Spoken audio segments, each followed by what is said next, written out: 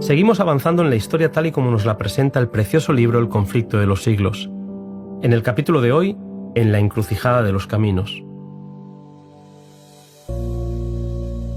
El texto bíblico dice que la senda de los justos es como la luz de la aurora, que va en aumento hasta que el día es perfecto.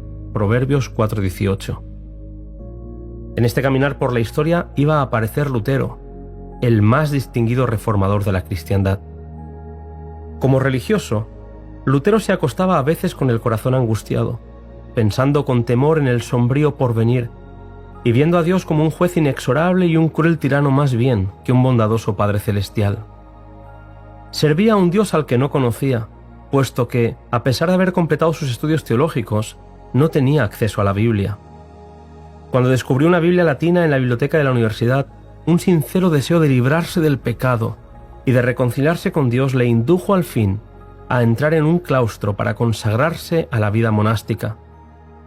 Lutero era un hombre sensible. Leer las Escrituras le hacía darse cuenta de su condición de pecado y buscaba por todos los medios obtener el perdón por medio de su esfuerzo. A pesar de ello, aunque se esforzaba, su alma agobiada no hallaba alivio, y al fin fue casi arrastrado a la desesperación. Cuando Lutero creía que estaba perdido, Dios le deparó un amigo que le ayudó. El piadoso Staupitz le expuso la palabra de Dios y le indujo a apartar la mirada de sí mismo, a dejar de contemplar un castigo venidero infinito por haber violado la ley de Dios y a acudir a Jesús, el Salvador que le perdonaba sus pecados.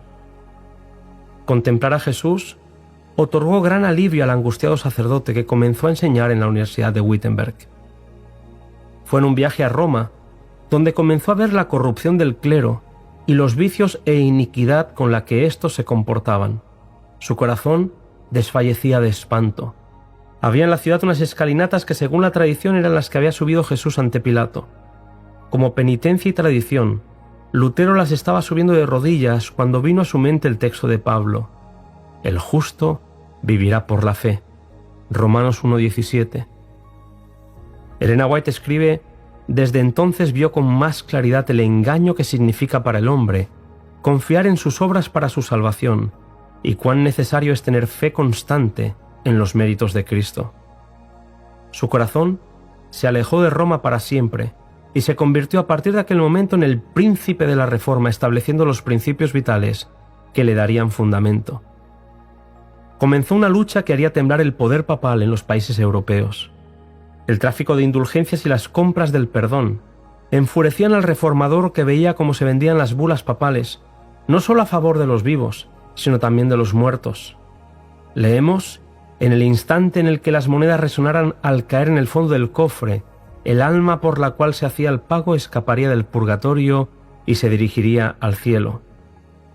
Con estas frases engañaban a aquellos que intentaban liberar a las almas del purgatorio para ir al cielo.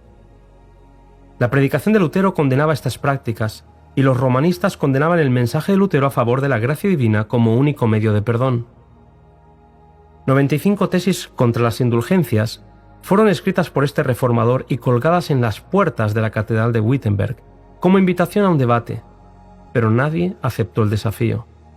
A pesar de ello, estas tesis fueron leídas y vueltas a leer y se repartían por todas partes, por toda Alemania y en pocas semanas por todos los dominios de la cristiandad. En lugar de debatir, los romanistas se ofendieron y atacaron terriblemente al humilde sacerdote alemán.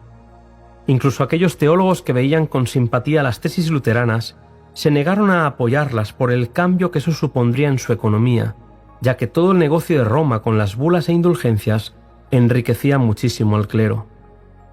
Mientras que los enemigos apelaban a las costumbres y a la tradición, o a los testimonios y a la autoridad del Papa, Lutero los atacaba con la Biblia y solo con la Biblia. Al quedarse sin argumentos, los esclavos del formalismo y de la superstición pedían a gritos la muerte del hereje, pero Dios todavía tenía una gran tarea para él. La fe viva iba ganando terreno al formalismo muerto por toda Alemania. Roma no tardó en convocar a Lutero, al que ya había juzgado culpado y condenado. El juicio no se realizaría en Roma sino en Augsburgo, donde Lutero contaría con el apoyo de Melanchthon. Lutero defendió con dignidad su postura bíblica, refutando las tradiciones y enseñanzas de la Iglesia.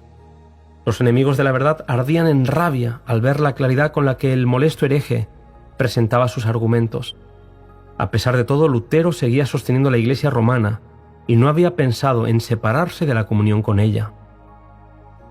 A Wittenberg cada vez llegaban más y más personas con el deseo de leer y contrastar las tesis bíblicas de Lutero. Su fama se extendió por países como Suiza, Holanda y también Francia y España. Roma decretó que fueran excomulgados todos aquellos que manifestaran apoyo al reformador, y eso era algo terrible que supuso una prueba de fe terrible para él y para sus seguidores. A pesar de las amenazas del Papa, Lutero resolvió seguir firme confiando única y exclusivamente en Cristo. Declaró con valentía: la desprecio a la bula papal y la ataco como impía y mentirosa. El mismo Cristo es quien está condenado en ella. Me regocijo de tener que sobrellevar algunos males por la más justa de las causas. Me siento ya más libre en mi corazón, pues sé finalmente que el Papa es el anticristo y que su silla es la de Satanás. Decidió separarse definitivamente de la Iglesia romana, a lo que el Papa contestó declarándolo maldito por el cielo. El conflicto era intenso, y Elena White comenta al terminar este capítulo que el gran conflicto entre la verdad y la mentira, entre Cristo y Satanás, irá aumentando en intensidad a medida que se acerque el fin de la historia de este mundo. Querido amigo, hasta aquí nuestro podcast.